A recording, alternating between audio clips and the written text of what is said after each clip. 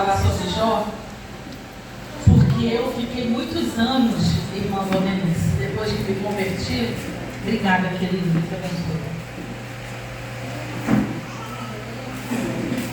Recém-convertido, eu fiquei pensando muito, meu Deus, como é que não conhecia muito bem Jesus, não conhecia muito bem a Bíblia. E eu fiquei muito tempo pensando, meu Deus, por que Jó passou por tudo isso, sendo teu servo? E eu ficava naquilo e eu não conseguia terminar de ler o livro de Jó. Eu começava a ler o livro de Jó e parava e ia para outro. Aí lia mais um pouquinho de nada, aí via o sofrimento dele e ia para outro livro. Daqui a pouco eu lia mais um pouquinho e não conseguia terminar. E eu falei, poxa, glória a Deus, porque hoje, pela misericórdia do Senhor, a gente consegue entender tudo o que acontece, né? O Senhor é soberano e Ele é que sabe o porquê dos propósitos e o propósito de todas as coisas.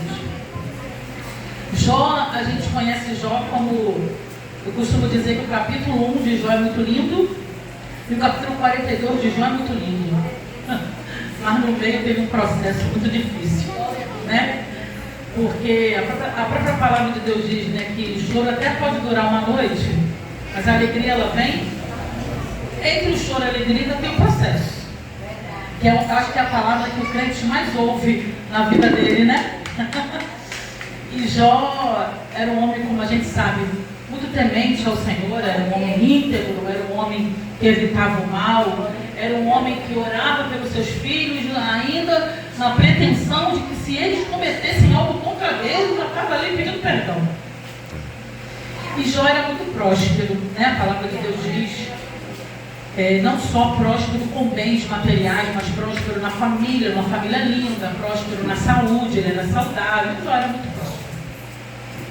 E Jó não era próspero, Jó não era íntimo de Deus porque era próspero. Jó era próspero porque era íntimo de Deus. A intimidade de Deus nos faz levar a lugares que a gente não imagina, né? E teve um momento na vida de Jó que o Senhor se encontrou com o inimigo. E eu acho muito interessante essa parte, que o Senhor começou o diálogo e disse para o inimigo: "Eu tenho observado você, Jó." E Deus falou para o inimigo o que Jó era. Ele é temente, ele é íntegro, ele teve mal, ele é correto. E o inimigo chegou e falou para Deus o que Jó tinha. Mas também por tudo que você dá para ele, se ele não te servir. A gente precisa primeiro entender que nós somos o que Deus fala que nós somos. E não o que o inimigo muitas vezes sopra no nosso ouvido. Porque a própria palavra diz em João 8,44 que ele é mentiroso e que ele mente desde o princípio. Então a gente tem que entender qual é a voz do Senhor verdadeiramente. Nós somos o que o Senhor diz que nós somos. E nós já começamos a entender o que o Senhor diz, como eu falei, o que Jó era, o inimigo já começou a dizer o que Jó tinha. E eu entendo que quando o Senhor permitiu que o inimigo tocasse em Jó, ele estava querendo mostrar para o inimigo assim: olha, eu sei quem teu filho é, você não. Porque quando ele fala para o inimigo assim, você pode fazer o que você quiser, só não tira a vida dele.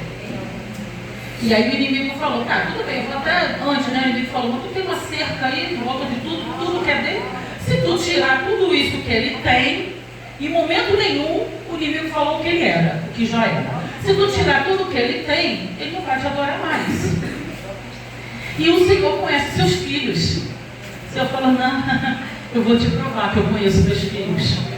Tu pode fazer o que tu quiser, só não tira a vida, porque ele vai continuar me adorando. E a palavra de Deus diz que no mesmo dia ele perdeu, né? Nós sabemos da história, vamos adiantar a história aí. No mesmo dia ele perdeu o gado, ele perdeu os filhos, ele perdeu os bens. E de um tempo depois ele perdeu também a saúde. Jó era uma ferida pelo corpo todo, era uma ferida aberta, né? E o mais interessante é que Jó estava num momento de muita dor, de muita perda. Eu fico imaginando a tristeza. Eu não consigo imaginar, eu tenho 2 filhos e uma neta, mas eu não gosto nem de imaginar perder um filho. A gente imagina 10, todos. Né? Toda a fartura que tinha em casa, toda uma postura de vida, né, todos os bens, e depois estar com uma situação no corpo que tinha que pegar cacos de telha ali para poder se coçar, porque a situação era tenebrosa. É nesses momentos de dores, né, a gente normalmente espera, pelo menos espera, que venha alguma amiga, alguma irmã, vou lá te visitar, eu vou levar uma sopinha, eu vou orar por você. A gente não espera isso. É a tendência natural, não é? Aí eu fico imaginando o Jó falar assim, para mim vai ser ótimo, eu tenho 3 amigos que já eles vão aparecer aqui. Eu fico imaginando o Jó pensando, né? Eu tenho meus amigos vão vir aqui, vão trazer uma sopinha, meus amigos vão clamar pela minha vida. Poxa, são meus amigos. E os amigos foram mesmo.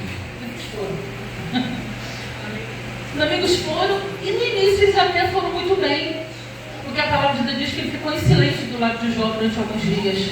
Muito bem, ficou até muito bem. Olha, porque tem hora que a gente não sabe nem o que falar, não é? Então a gente vai lá, só abraça, só chora junto, só fica ali coladinho, eu estou aqui com você. E eles começaram muito bem, porque eles começaram em silêncio ali na presença. Mas quando eles abriram a boca, queridos, quando eles abriram a boca, a dor de Jó, que já era muito grande, conseguiu aumentar. E a maior parte do livro de Jó, a maior parte dele se resume a esses 3 amigos, julgando, humilhando, condenando, criticando, imaginando um monte de situações. E a gente sabe, Jó sabia na época, e a gente hoje sabe, que o que Jó viveu, o que Jó passou, não foi consequência de pecado nenhum. Jó era íntegro, Jó era temente ao Senhor.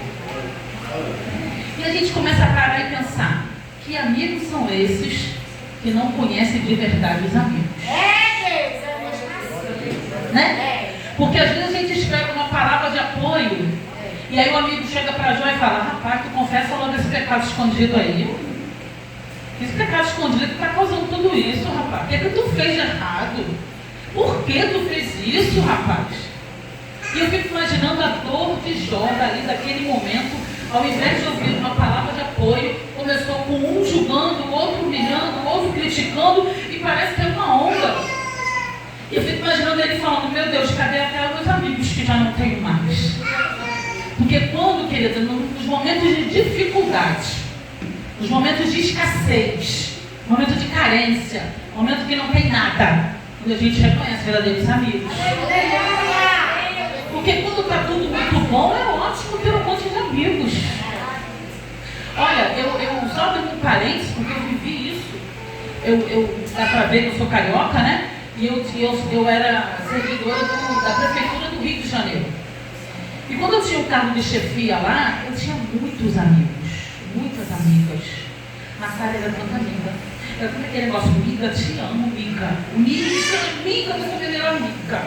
Mas por quê? Eu tinha carro, eu levava para a pizzaria, eu pagava pizza, eu dava presentinho, eu convidava para passear comigo, eu levava para minha casa, eu fazia jantinha. Eu era amiga. Eu tinha um cargo de chefia na Prefeitura do Rio. Perdi o cargo, porque cargo na prefeitura é tudo política. Trocou-se o prefeito, perdi o cargo. Cadê as amigas? Josi, cadê a amiga? As amigas sumiram tudo, porque eu não tinha mais dinheiro para comprar pizza, eu não tinha mais carro, eu não convidava mais para ir lá para casa, porque era tudo apertadinho, era tudo contadinho, porque a gratificação eu recebia da chefia, eu não recebia mais. E a gratificação era 2 vezes o meu pagamento. As amigas sumiram. Esqueceram que existia celular, esqueceram que existia telefone, esqueceram que existia minha casa. Acabou. Acabou. E aí, quando eu tive, que a maioria aqui sabe, o câncer, meus amigos quem foram? Meu esposo, minha irmã de Cristo, mas irmã em sangue, minha mãe, que na época era viva. Esses foram meus amigos. Cadê as amigas na hora do câncer? Cadê as amigas na hora que a médica falou, vai morrer, não tem mais jeito, deita aí e morre? Cadê as amigas? Foi a mesma coisa com o Jó. Eu, graças a Deus, tive o privilégio, elas não foram atrás de mim para falar um monte de besteira. Jó ainda teve que ouvir um monte de calúnia naquela dor toda. E aí entra uma pessoa que todo mundo fala até muito mal, Mas eu, como mulher, eu consigo entender a esposa de Jó. É um tal de gente criticar a esposa de Jó, né? Também Jó, aquela mulher, que mulher que Jó tinha. Gente, a mulher de Jó também perdeu 10 filhos. Quem é mãe aqui não consegue imaginar. A mulher de Jó também perdeu todo o conforto que tinha. Provavelmente hoje em dia perdeu o plano de saúde, perdeu o carro, não podia mais ir para o shopping, não tinha mais roupa, não tinha mais sapato, perdeu tudo. A mulher de Jó viu o homem ao qual ela amava definhando a cada dia mais em cima de um monte de cinza. Então não foi nada fácil para ela. No momento, quem nunca aqui, no momento de uma angústia muito grande, no momento de uma dor muito grande, quem nunca aqui falou: Jesus, tu não está vendo, tu não está me vendo, Jesus. Quem nunca aqui, num momento muito duro e muito difícil, não questionou o Senhor uma hora ou outra? Eu já, gente. O Senhor, pela misericórdia, me deu dor de cura. Eu orava, o enfermo ficava são. Aí eu vou numa médica e ela fala: vai morrer porque não tem mais cura? Eu falo: peraí, Jesus, eu não estou de errado. Se tu me levantou para isso, agora eu vou morrer, eu que o Senhor me levantou para isso? Então eu questionei o Senhor. E eu fico imaginando aquela mulher. Meu Deus, aquela mulher estava num momento muito difícil. A única coisa ali realmente terrível que eu imagino que ela falou é que pediu para Jó amaldiçoar Deus. Mas se ela falasse: Jó, morre logo, porque que sofrimento é esse? Não seria tão insano assim, porque ela perdeu 10 filhos, ela perdeu tudo. Porque ela, de repente, eu nem sei se tinha mais comida para comer, não sei se tinha que pedir ao vizinho um pouquinho de arroz, né? Vendo o homem qual ela amava naquele estado. E aí o Senhor, como o Senhor é muito lindo, ele começa a fazer um monte de perguntas a Jó. O livro diz que ele fez 17 perguntas. Jó fez 17 perguntas a Deus. Deus, por que isso? Deus, por que aquilo? É o normal do ser humano, né, gente? Imagina a situação dele, temente ao Senhor, íntimo do Senhor, fiel ao Senhor, e passar por aquela situação daquela. E que a Bíblia não diz quanto tempo que foi. A gente não sabe se foi um mês, se foi 2 dias, se foi um ano que ele ficou assim. A Bíblia não diz. E a palavra de Deus diz que Jó fez 17 perguntas para Deus. Deus, mas como assim? Deus, era melhor no dia que eu nascesse tivesse só trevas. As pessoas às vezes conhecem Jó como paciente, né? Todo mundo que fala: só a paciência de Jó. Eu vou botar isso. Só a paciência de Jó. Não falam isso? Só a paciência de Jó. Eu não sei de onde tiraram isso. Eu não sei. Porque Jó, mais de uma vez no livro de Jó, ele fala para o Senhor, esqueci o dia que ele nasceu.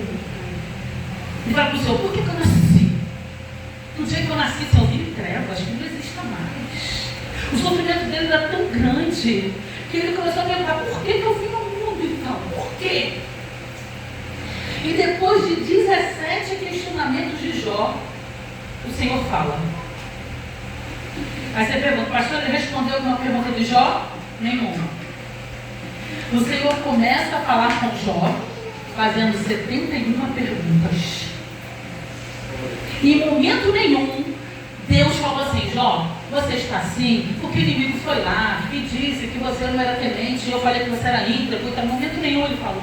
Em Deuteronômio 29 diz que tem coisas encobertas que a gente nunca vai saber, porque só pertence a Ele. Tem coisas que a gente não adianta a gente questionar. E Deus, mas por quê? Por que isso? A própria palavra de Deus diz que o que é para saber, nós vamos saber. São coisas encobertas que só pertencem a Ele.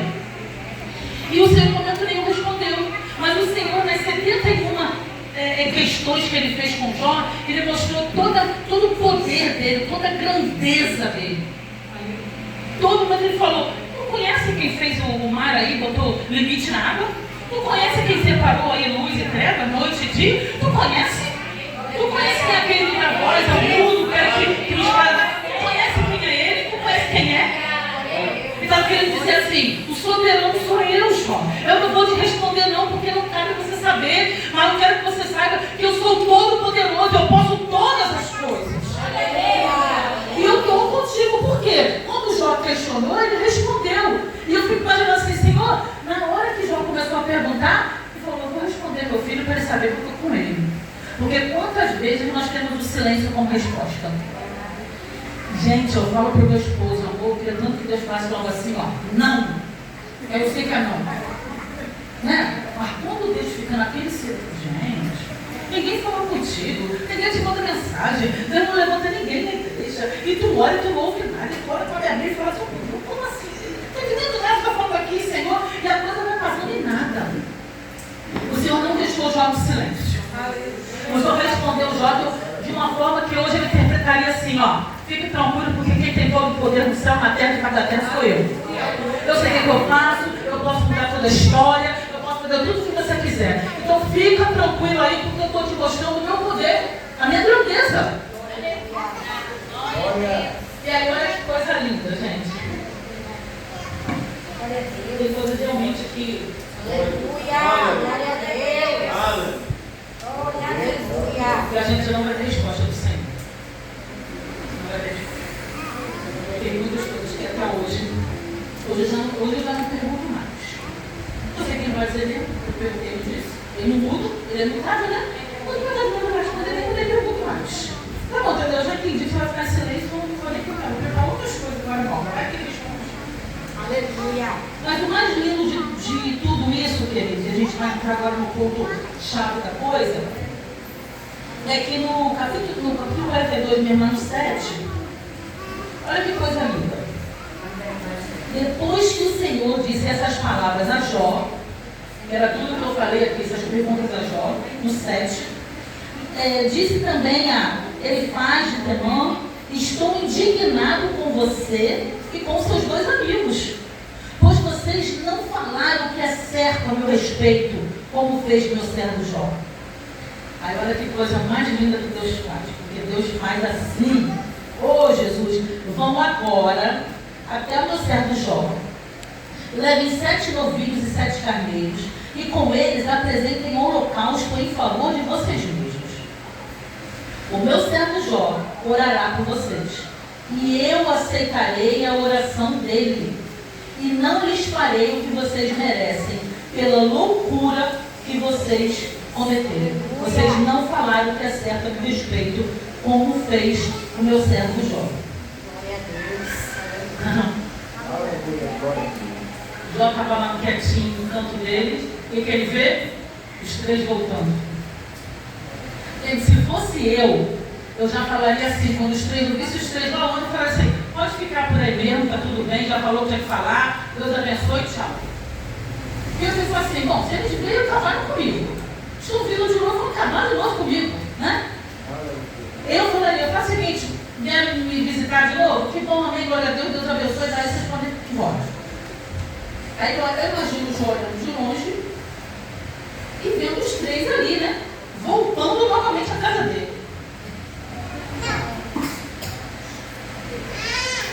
Chega lá, eles chegam, aqueles que humilharam, que criticaram, que julgaram, que caluniaram.